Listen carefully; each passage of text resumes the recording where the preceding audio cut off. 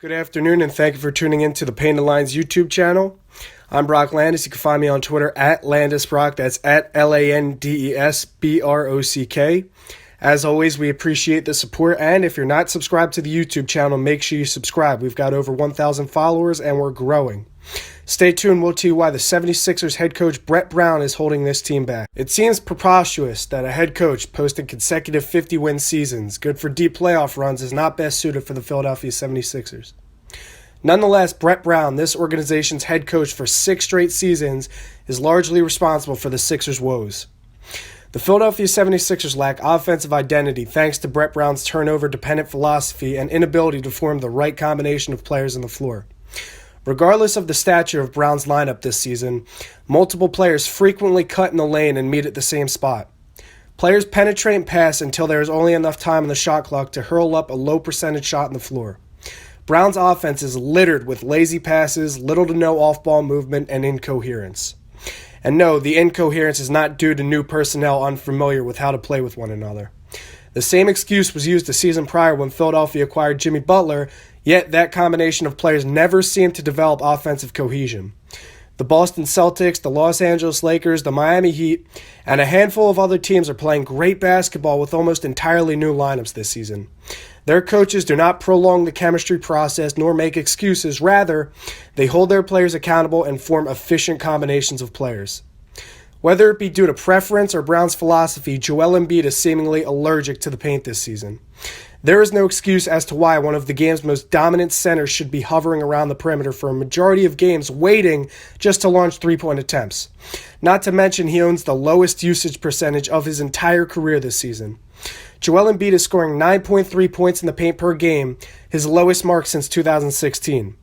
Also, he is posting an offensive rating of 103.4, his lowest total since 2016, and he is shooting 35% on mid-range field goal attempts, which is a career low. When Embiid touches the basketball for less than 2 seconds, he is shooting 52.7% from the field and 42.9% from three-point range this season. However, when he touches the ball from 2 to 6 seconds, his field goal percentage drops to 37.5% and 20% from beyond the arc. This is likely due to where Brown deploys Embiid on the floor, forcing him to attempt to dribble his way through a crowded paint just to find a good look. Embiid is posting up opponents 8.6 times per game this season, slightly above his career average, which is 8.2, but he is attempting a career-high 4.3 three-point shots this season. Otherwise, his free throw attempt rate fell from 54.1% in 2018 to 48.5% in 2019, and his 6.3 paint touches per game in 2019 ranks 18th among qualifying centers, nearly tying a career low. A career 32.0% shooter from beyond the arc, Embiid's current 41.2% three-point percentage seems unsustainable. Likewise, Embiid has turned the ball over more times due to losing it rather than making a bad pass in all but one of his 3 full seasons. Having said that, Brown cannot continue to allow Embiid to leisurely hover around the arc, nor tolerate him setting high-post screens and rolling outside of the perimeter. A center should not be consistently playing 18 feet from the basket and should never have to dribble the basketball at least 5 times before he can even position himself near the basket. Al Horford is being utilized incorrectly by Brett Brown this season, best represented by his early offensive struggles. In his previous 5 games, Horford is scoring just 11.2 points per game, owns a 38.74% field goal percentage, shooting less than 28% in 3 of those 5 games, shot 20.72% from deep, and sports a negative 10 box plus minus. Through 2019, Horford is shooting 33% on mid-range field goal attempts, which is a career low, and 29% from deep, also a career low. Since 2015, Horford has been one of the most efficient roll men in the pick and roll in the league. In 2015, 16, 17, and 18, he ran the pick and roll as a roll man with at least 20% frequency. He scored at least 3.2 points in all 4 of those seasons and ranked 5th, 8th, 12th, and 4th respectively. With Philadelphia in 2019, however, he's running at only 18.9%, a career low, and scoring 2.7 points per game as a roll man, good for 21st in the league. This is just one of the many ways that Brown is incorrectly utilizing Horford, a supposed seamless fit that Philadelphia gave over $95 million. Horford is being asked to do too much offensively for Philadelphia. This is his highest usage percentage since 2014 in an awkwardly fitting lineup. Horford's prototype and style of play makes sense at the forward position, but he is sandwiched in between a point guard that will not shoot the basketball and a small forward playing out of position. Because of the starting lineup's awkwardness, the pick and roll is almost not even a viable option, which negatively affects Horford. Hunting mismatches is most likely causing Horford to shoot as poorly as ever this season, displacing him on the offensive end and forcing him to create too much. Even Brown is to blame for Ben Simmons' early woes. Some argue that Brown is advising Simmons to refrain from jump shooting and just seeking high percentage shots. Although that can neither be confirmed nor denied, a head coach cannot be content with his point guard dribbling down the court, handing responsibilities over to other players offensively, and camping on the low block for an entire possession.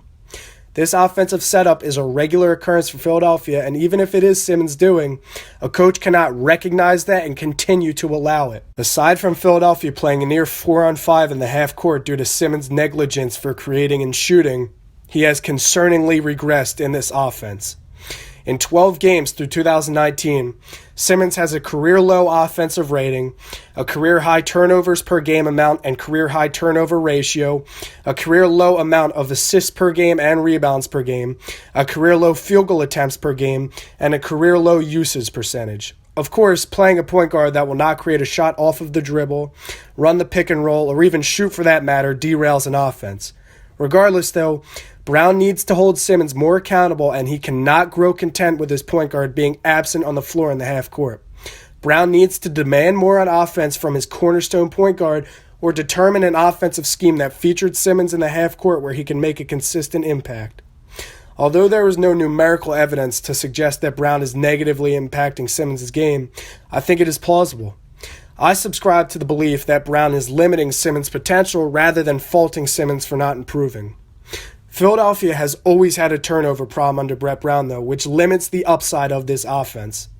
These turnover problems have haunted the organization for 6 straight seasons and pose more of a threat than their spacing or lack thereof.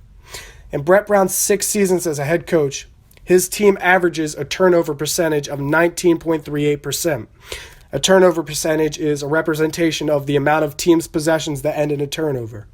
In 2013, the Sixers were 30th, 14, they were 30th, 15, they were 29th, 16, they were 30th, 17, they were 30th, 2018, they ranked 24th, and 2019, they are now tied for 28th. Interestingly enough, the Philadelphia 76ers exceeded a turnover percentage of at least 17.0% just once from 2003 to 2013, an entire decade.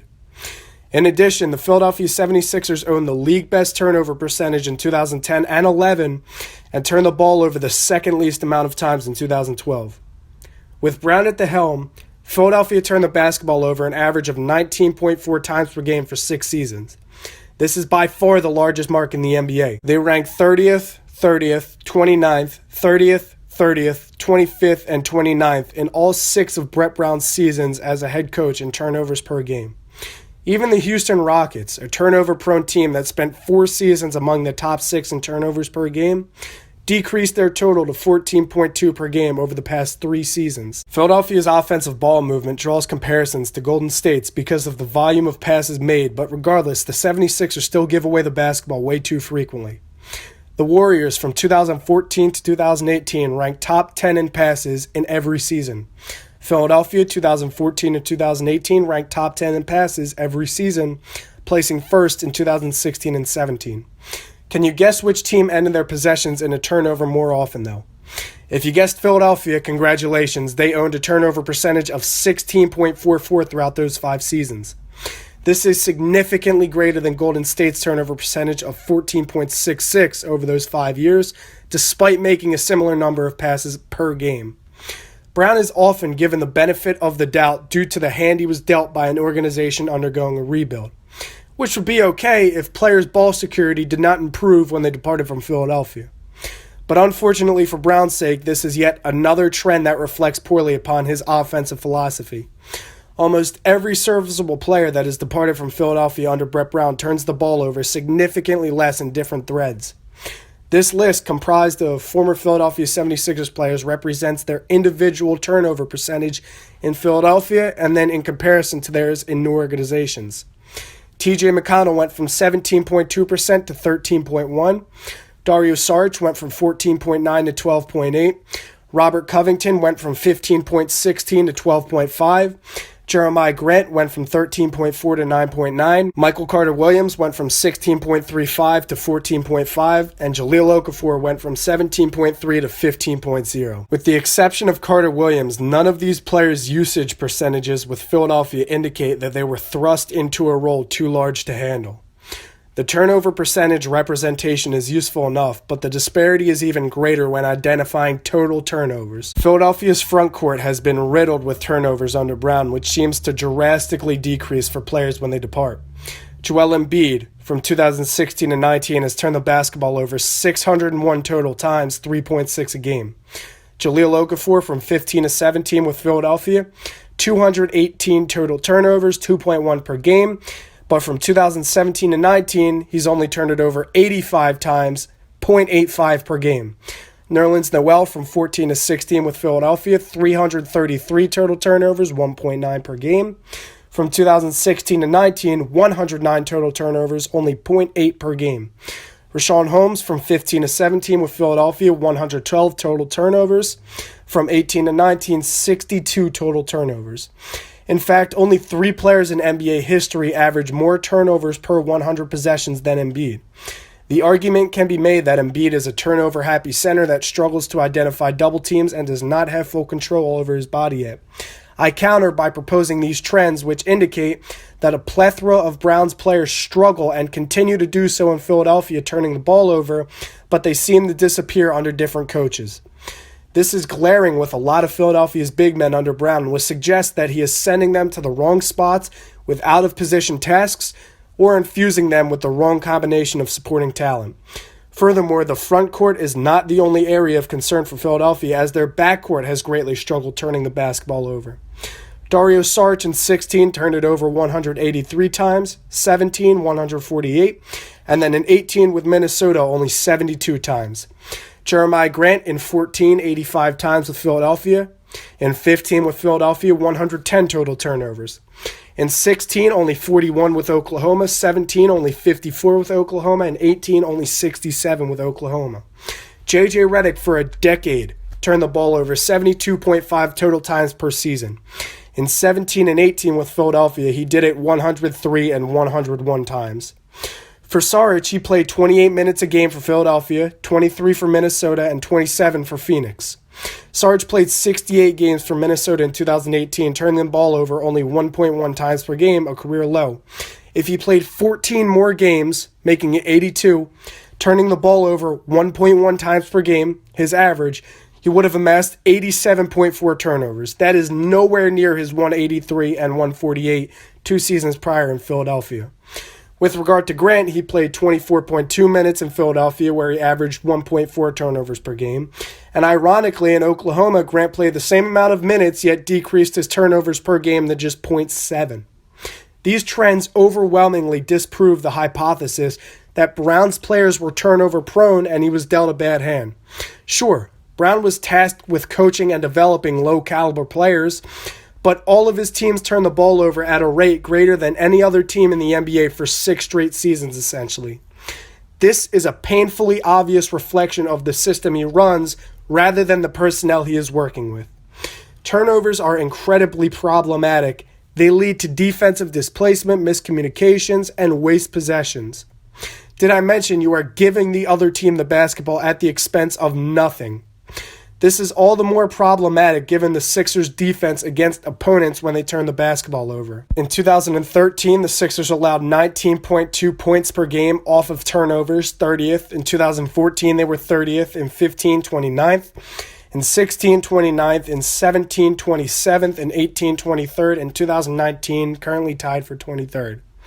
Over 6 seasons, Philadelphia is surrendering nearly 23 opponent points per game off of turnovers. Brett Brown and the 76ers owned the worst offensive rating in basketball for 4 consecutive seasons. Giving him the benefit of the doubt due to Philadelphia's personnel during those seasons, let's examine his work with a constructed roster. In 2017, he ranked 13th. In 2018, he ranked 8th. And this season, the Sixers are tied for 19th. Brown has coached a team that owns a top 10 offensive rating just once in his career. Even funnier, Philadelphia is operating without Monty Williams this season, whose team owns the fourth best offensive rating in basketball. And Lloyd Pierce's Atlanta Hawks own an offensive rating of 104.1 this season, just 2 below Philadelphia's 106.1. This is Brown's first season with a truly predetermined roster for the foreseeable future, and he made comments about their strategy before the season. However, Brown's, quote, bully ball philosophy does not seem to be working according to plan. In 2019, the Philadelphia 76ers own a free throw attempt rate of 0.249, 22nd in the league.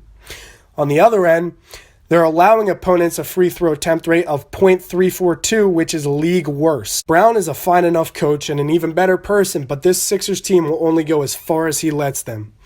Brown, coming from a background of developmental coaching, can squeeze the most out of marginal players, but he may not be the man to finish the job that he started. He worked to develop players such as McConnell, Covington, and even Furkan Korkmaz into formidable role players, but has not done much in the way of unlocking Simmons and Embiid.